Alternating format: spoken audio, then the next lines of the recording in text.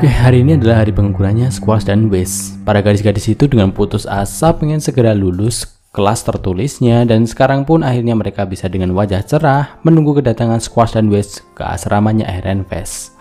Hiroshio di sini dikejutkan sama kertasnya Rosmine. Ternyata guru-guru di sini udah pada tahu kalau Rosmine di sini menggunakan kertas yang berbeda. Tapi para siswa di sini malah membantahnya. Jika Hiroshio di sini mau menjadi pengawasnya Ehrenfest dengan benar, maka dia harusnya berkunjung ke asrama setiap hari dan memperhatikan kalau Rosmine itu menggunakan kertas barunya. Dan entah mengapa Hiroshio di sini juga ingin mempertimbangkan itu, karena selama Rosmine di Royal Academy, dia itu selalu membuat kekacauan, tidak diragukan lagi. Wilfried di sini yang mendengarnya pun juga mengiyakannya, dan dia harus membuat laporan yang lebih detail lagi karena laporannya itu terlalu singkat, dikomen keras sama walinya Rosmine. Ternyata Squash dan Wes ini menjadi bahan pembicaraannya para kandidat Archduke dari kadipaten lain, bahkan ada orang yang memintanya secara terang-terangan pada Solangit Sensei untuk menjadi tuannya Shumil itu. Ya, di sini pasti terbayanglah siapa yang paling gak suka Ehrenfest jadi tuannya. Rosmine yang mendengarkan diskusi mereka di sini itu dia yang biasanya masa bodoh dan mengira kalau membawa Squash dan Wes ke asrama Ehrenfest itu adalah hal yang simple. Dia di sini itu merasa benar-benar berbahaya karena banyak sekali orang yang mencuri, karena mereka itu adalah magic tool yang benar-benar langka, sangat diinginkan oleh semua orang. Apalagi jika terjadi apa-apa pada Squash dan Wes, yang paling disalahkan di sini adalah Ehrenfest. BTW di sini Rosmine itu hanya mendengarkan mereka, tidak ikut diskusi karena sedang latihan hardspell sama Rosina. Desahan putus asa Rosina karena Rosmine di sini menentang idenya untuk bisa menambahkan waktu latihan hardspellnya karena dia itu telah dipuji sama guru musiknya. Rosmine di sini tetap tidak akan mengorbankan waktu membacanya. Bel ketiga pun terdengar. Mereka di sini berangkat dengan dipimpin sama Hiroshio. Memasuki perpustakaan, dia di sini disambut sama Solange. Squash dan Wes mendatanginya. Hime-sama kita? Ohayo Hime-sama. Sedangkan Lyseleta di sini sedang melepaskan rasa rindunya dengan Shumil yang ada di rumahnya. Solange di sini mengingatkan, mereka di sini bisa keluar hanya sama majikannya. Dia pun meminta Rosmine memegang tangan mereka. Melihat Rosmine memegang kedua tangannya,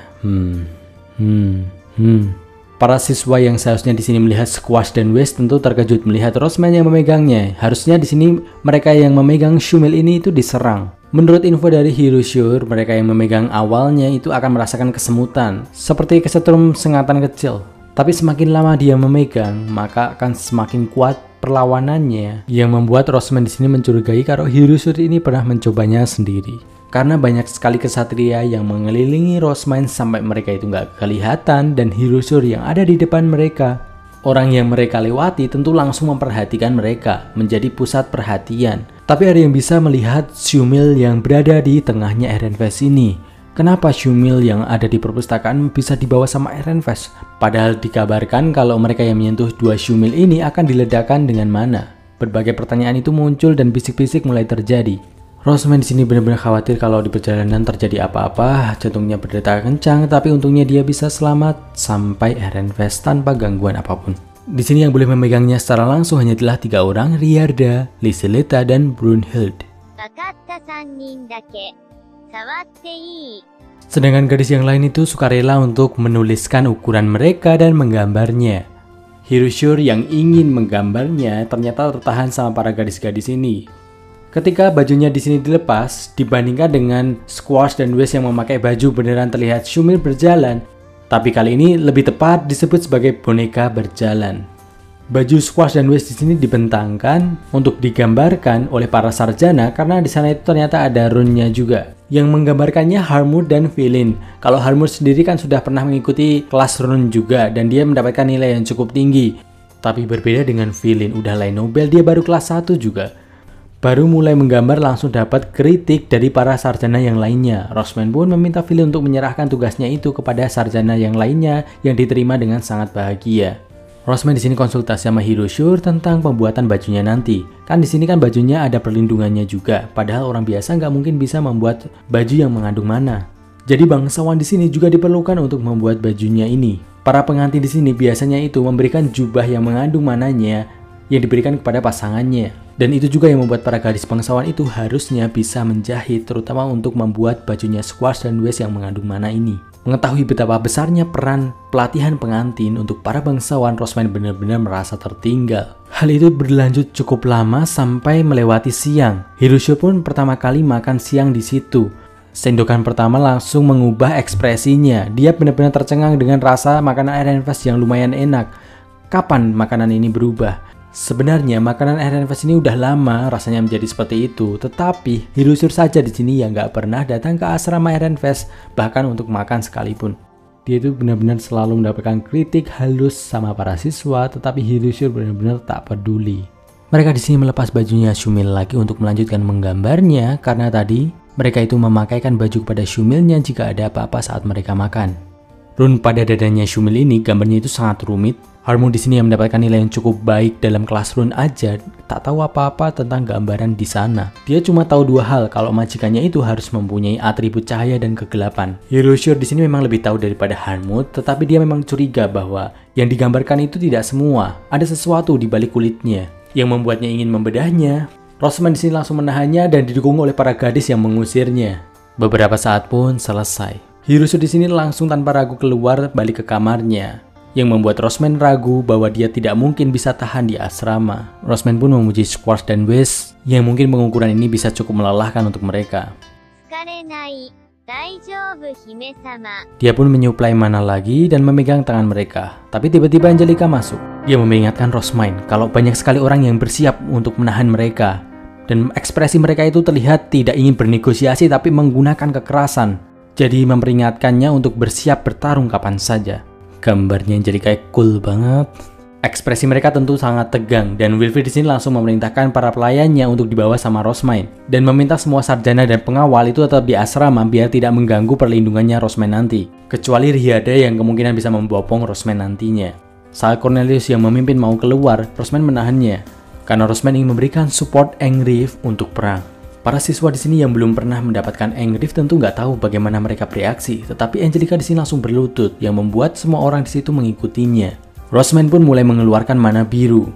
Para siswa di sini terkejut karena itu adalah pertama kali mereka merasakan dan melihatnya. Oke, di sini mereka siap untuk bertarung, tetapi Rosman di sini mengingatkan kembali, mereka di sini fokusnya untuk melindungi, tidak boleh menyerang duluan. Tiba-tiba di sini tuh Squash dan Whis itu meminta mana lebih.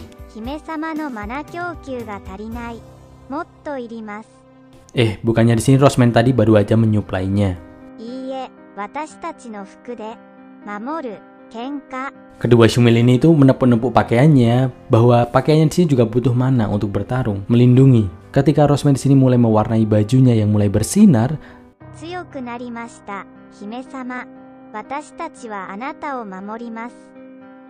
kalau bukan Rosman, aku yakin pada nggak kuat nih ngasih mana ke Squash dan Whis ini. Karena memang yang memberikan mana Squash dan Whis ini biasanya ada 3 Arch Nobel. Rosman ini sebenarnya yang pengen melindungi mereka, malah para Shumil ini yang mau melindungi Rosman.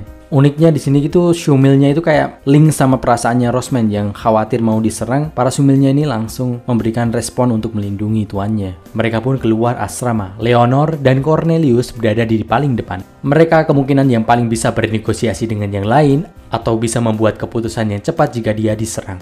Di hadapan 30 siswa Iron Fist ini, ada kerumunan siswa yang mempunyai 4 jubah yang berbeda.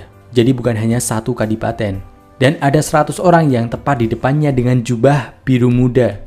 Tentu Dunkelverger ranking kedua. Rosman di sini cukup terkejut bukan Arensbach di situ. Cornelius di sini mencoba untuk berbicara dengan kandidat Archdruid dari Dunkelverger. Tapi dia di sini sama sekali tak meresponnya. Malah terdengar suara dari kadipaten menengah dan kecil karena telah memperlakukan 2 Shumil perpustakaan sebagai miliknya sendiri. Sebenarnya dari sini tuh terlihat, Iron Fist itu sekalipun dia itu ranking tengah, tetapi mereka tidak mendapatkan penghormatan dari kadipaten di bawahnya, apalagi di atasnya. Karena mereka bisa ranking tengah itu hanya bantuan karena mereka netral. Jadi tak mengejutkan jika mereka berpikir kalau Iron Fist itu sebenarnya cuma ranking 20 ke bawah. Di pandangannya mereka, Iron Fist di sini telah mencuri magic tool-nya kerajaan. Lestalot menambahkan, bisa-bisanya Archdruid ranking 13 berani mencuri magic tool-nya kerajaan. Dia meminta untuk segera mengembalikannya. Para kesatria Iron Fist di sini mulai goyah ya, mulai ragu-ragu. Rosman di sini nggak terima dengan nada tingginya. Dia itu hanya melakukan tugasnya sebagai tuannya Squash dan Whis karena kecelakaan tiba-tiba saja. Dia juga sudah mendapatkan izinnya Solange Sensei. Lestilot di sini juga terkejut. Kelihatannya dia itu telah disesatkan pada informasi yang tak benar. Lestilot di sini nggak terima, apalagi mengetahui kalau Hiroshige ini meninggalkan kelasnya demi melihat Squash dan Whis yang bisa saja dibedah maupun dirusak olehnya. Niwali bukannya mau backing siswa RNFest, malah bikin susah siswanya sendiri. Sekalipun jika dibutuhkan majikannya yang paling pantas untuk menjadi tuannya tentu adalah Dunkelverger dibandingkan RNFest dengan ranking menyedihkannya. Jika mereka mau memberikannya, Lesti Laut tidak akan menganggap mereka sebagai pencuri lagi. Tetapi jika mereka menolaknya, mereka akan menyebut RNFest sebagai pengkhianat. Kesatrianya RNFest ketar-ketir disebut sebagai pengkhianat. Rosman itu nggak masalah jika bukan dia tuannya, karena memang orang yang paling pantas itu sebenarnya adalah pustakawan Royal Academy. Angelica khawatir dengan perkataannya Rosman. Rosman sendiri sebenarnya juga ragu dengan Lesti Laut yang berotot ini kemungkinan nggak peduli sama perpustakaan, tetapi ya dia pengen mengujinya. Dia tanya seberapa seringnya dia itu pergi ke perpustakaan, dan berapa banyak buku yang telah dia pinjam. Pertanyaan yang terakhir memang perlu dipertanyakan ya. Lesti Laut ternyata nggak pernah ke perpustakaan. Ketika dia membutuhkan buku, dia tinggal meminta para pengikutnya untuk meminjamkannya dan membayarnya. Dia malah terkejut kenapa dia mempertanyakan sesuatu yang bodoh kayak gitu.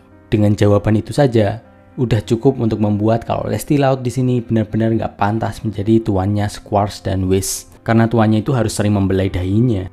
Lesti Laut nggak terima disebut nggak pantas. Rosman di sini udah nggak peduli dengan Lesti Laut lagi. Dia di sini pokoknya pengen mengembalikan Squash dan Wish ke perpustakaan segera. Tugasnya sebagai majikannya untuk melindungi mereka. Jika mereka tetap menghalanginya, maka sama aja mereka itu pengen mencuri Squash dan Wish.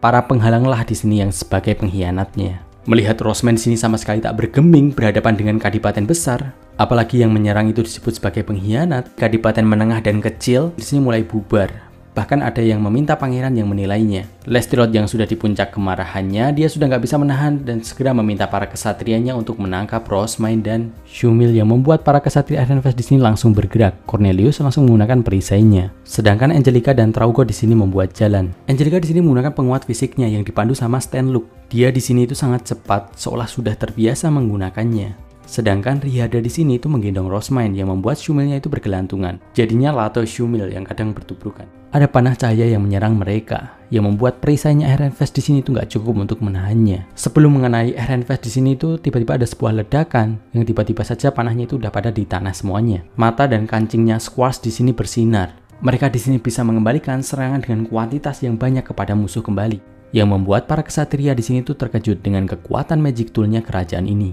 Riada bergegas ke perpustakaan. Mereka pun sampai depan pintu perpustakaan. Tiba-tiba ada suara yang menghentikan semua orang di sini. Anastasius dengan Hagbisnya dan para kesatria pelindungnya. Dia bertanya apa yang terjadi. Lesti Laut di sini menjelaskan kalau RNFest di sini telah mencuri pusaka kerajaan. Rosman di sini berkata sebaliknya. Anastasius minta detailnya. Dia pun memanggil pengawas asramanya. Rosman di sini meminta izin untuk mengembalikan Squash dan Wish dulu karena Solangi membutuhkan bantuan mereka. Dia mengembalikannya sambil mengusap dahinya. Ternyata Squash dan Wish ini mananya telah terkuras banyak, padahal Rosman di sini baru aja ngisinya. Mana yang digunakan untuk bisa melindungi majikannya itu ternyata lumayan banyak. Setelah mengembalikannya, Rosman di sini agak gak semangat. Dia udah selesai tugasnya. Dia nggak begitu mau berdiskusi dengan Dunkelverger, tetapi diingatkan sama Riada. Ketika menghadapi kadipaten besar, dia di sini juga harus bersikap kuat, teguh, dan tenang. Ya, meski Rosman di situ diomongi kayak gitu, tapi Rosman di sini nggak tahu alasannya Dunkelverger ini apa. Omongannya itu mengejutkan semua orang RNFest. Jelas-jelas karena Rosman di sini cuma angkatan pertama, ranking 13 pula, tapi bisa menjadi majikannya 2 magic tool kerajaan. Itu merupakan kehormatan besar yang ditimpali sama siswa yang lainnya. Mendengarnya, Rosman di sini senang karena mereka di sini berarti mau membantu perpustakaan. Murid yang lain itu ternyata perlu mempertegas lagi, menjadi majikannya Magic Tool itu berarti mereka akan dekat dengan kerajaan. Di sini benar-benar kecewa, dia nggak akan menyerahkan Squash dan Wish dengan pemikiran seperti itu. Hanya mereka yang menghargai perpustakaan lah yang pantas untuk menjadi tuannya. Riada di sini sadar banget ternyata ada pemahaman antara Rosman dan orang lain. Kelihatannya perlu ada sidang lagi. Di aula, Anastasius dan Dunkelverger serta Ruven ada di sana. Dirusur ternyata nggak bisa datang. Dunkelverger mencemooh RNFest karena ditinggal sama pengawas asramanya. Bagi RNFest mah ini udah biasa gitu.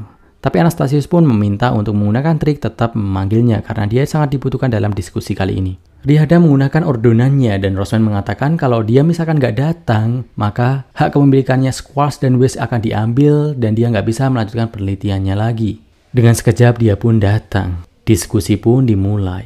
Dia mulai mempertanyakan kenapa Rosman sini bisa menjadi majikannya. Harusnya dia itu nggak bisa menyentuhnya kecuali majikan sebelumnya. Roseman di sini menyampaikan pada momen ini, Lesti Laut tentu nggak percaya itu adalah kebohongan belaka.